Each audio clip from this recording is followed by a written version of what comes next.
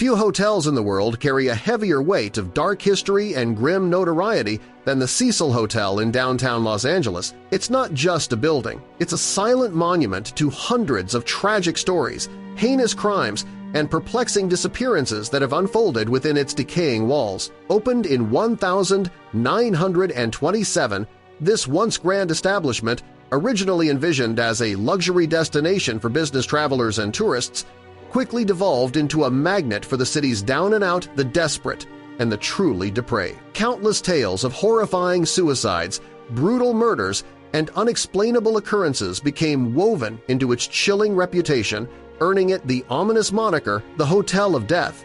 The Cecil Hotel's descent from elegance to infamy was tragically swift. Throughout the 1930s and 40s, suicides were disturbingly common within its rooms. Leaping from windows was a recurring tableau, with victims often landing on unsuspecting pedestrians below, deepening the horror of its surrounding urban legends. By the 1950s, violent crimes became more prevalent, including assaults and kidnappings. The hotel became a place where despair and depravity thrived, where unspeakable acts unfolded in its silent, shadowed halls. But what truly cemented the Cecil's reputation as a genuine nexus of evil was its connection to two of America's most infamous serial killers. In the mid-1980s, Richard Ramirez, the notorious Night Stalker, made the hotel his temporary home while he terrorized Los Angeles with a string of horrific murders and rapes. He'd return to the Cecil after each brutal act, discard his blood-stained clothes in the dumpster out back,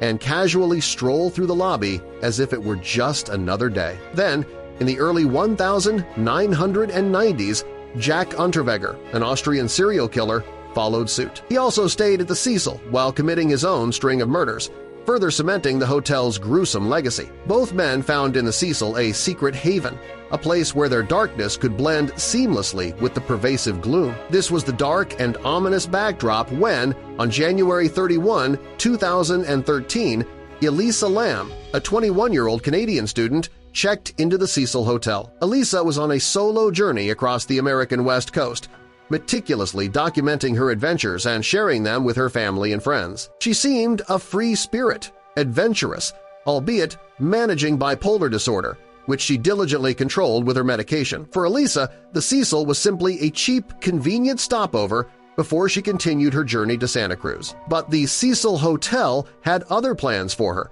Just a few days into her stay, specifically on February 19, 2013, Elisa's parents reported her missing to the Los Angeles Police Department. The last they'd heard from her was January 31st, the day she checked in.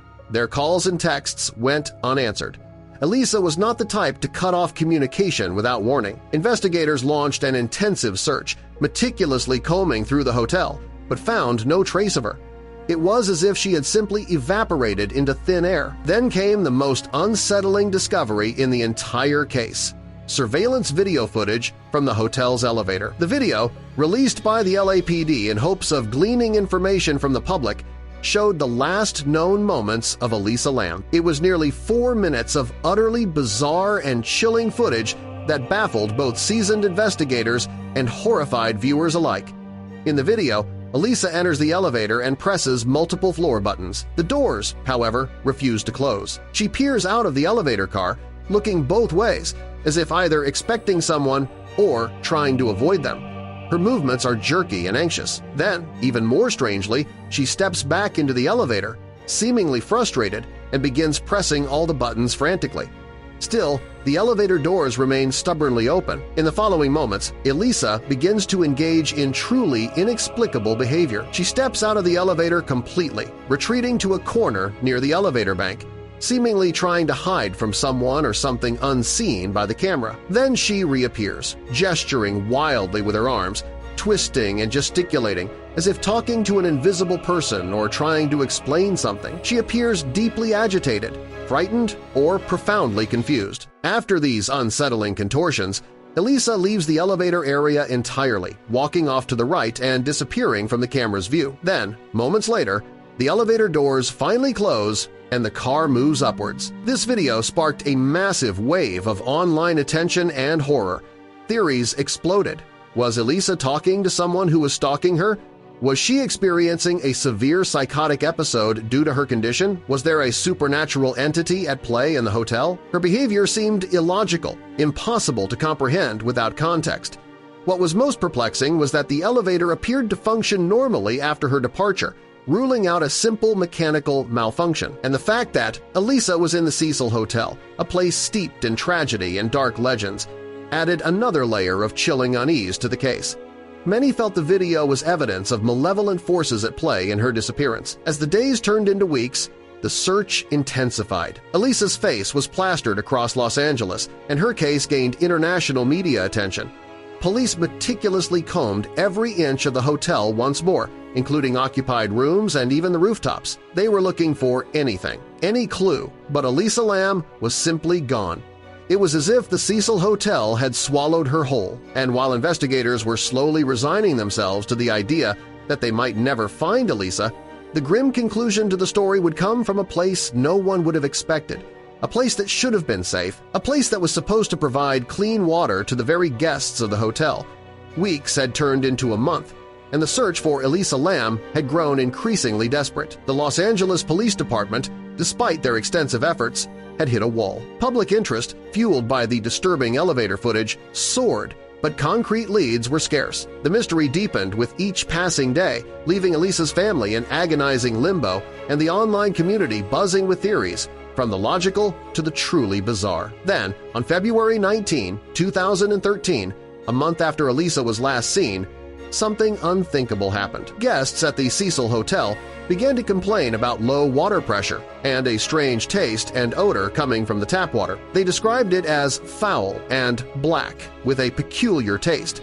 Some even reported getting sick. These complaints prompted a maintenance worker, Santiago Lopez, to investigate the hotel's rooftop water tanks. What Lopez discovered up there would send shivers down the spine of anyone who heard the story. After scaling a ladder to access one of the 4 large cylindrical water tanks, he found the hatch partially open. Peering inside, through the murky water, he saw what appeared to be a dark object. As he looked closer, the horrifying truth came into focus. Elisa Lam's naked body was floating face, up inside the tank. The discovery was beyond comprehension. How did she get there? The water tanks were enormous, several feet tall, and sat on concrete blocks.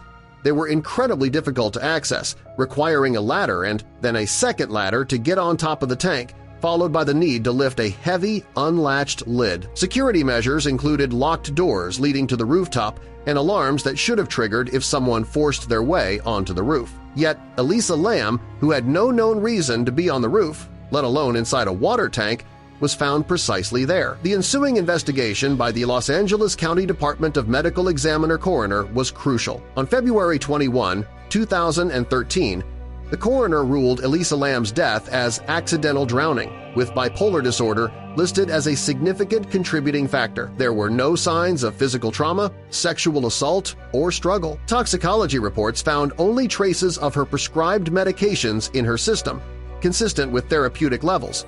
No illegal drugs or alcohol were detected. This official ruling suggested that Elisa, likely experiencing a psychotic episode related to her bipolar disorder, somehow managed to access the roof, climb into the water tank, and then drowned, unable to get out. However, this official explanation left a cavernous void of unanswered questions for many. How could someone, particularly a person struggling with a mental health episode, gain access to a locked and alarmed rooftop? How could she then climb into such a difficult-to-reach tank and close the lid, or have it close behind her, without assistance or a struggle? And why was she naked? The inconsistencies between the official finding and the physical circumstances of her death fueled a firestorm of alternative theories. One of the most persistent theories revolved around the elevator video itself. Many viewers, convinced by Elisa's agitated behavior, believed she was either being pursued by someone or was communicating with an unseen entity. Her frantic pressing of buttons, her attempts to hide, and her unusual hand gestures were interpreted as signs of distress, not just disorientation. If she was indeed being chased, who was it? And why was there no evidence of them in the video or elsewhere? Another chilling theory explored the Cecil Hotel's dark history. Given its past connections to serial killers, its numerous suicides, and its reputation for paranormal activity, Some speculated that Elisa Lam might have been the victim of foul play, perhaps by another hotel guest or an unknown assailant who meticulously covered their tracks. The very nature of the hotel, with its labyrinthine corridors and forgotten corners, made it seem like the perfect hunting ground for such a crime. Yet police found no evidence of forced entry to her room or any signs of a struggle. The paranormal theory also gained traction, particularly among online communities. The bizarre nature of the elevator video, combined with the hotel's haunted reputation, led some to believe that Elisa was experiencing a supernatural encounter. The way the elevator doors seemed to malfunction, only closing after she left, added to this eerie narrative. This theory, while difficult to prove or disprove scientifically, resonated with those looking for an explanation beyond the conventional. The public's fascination with Elisa Lam's case intensified due to the viral nature of the elevator video and the open-ended questions surrounding her death. Documentaries, true crime podcasts, and countless online discussions have delved into every minute detail, scrutinizing the video, the hotel's layout, and the coroner's report. The case served as a grim reminder that even in the age of widespread surveillance and forensic science, some mysteries resist easy answers. Ultimately,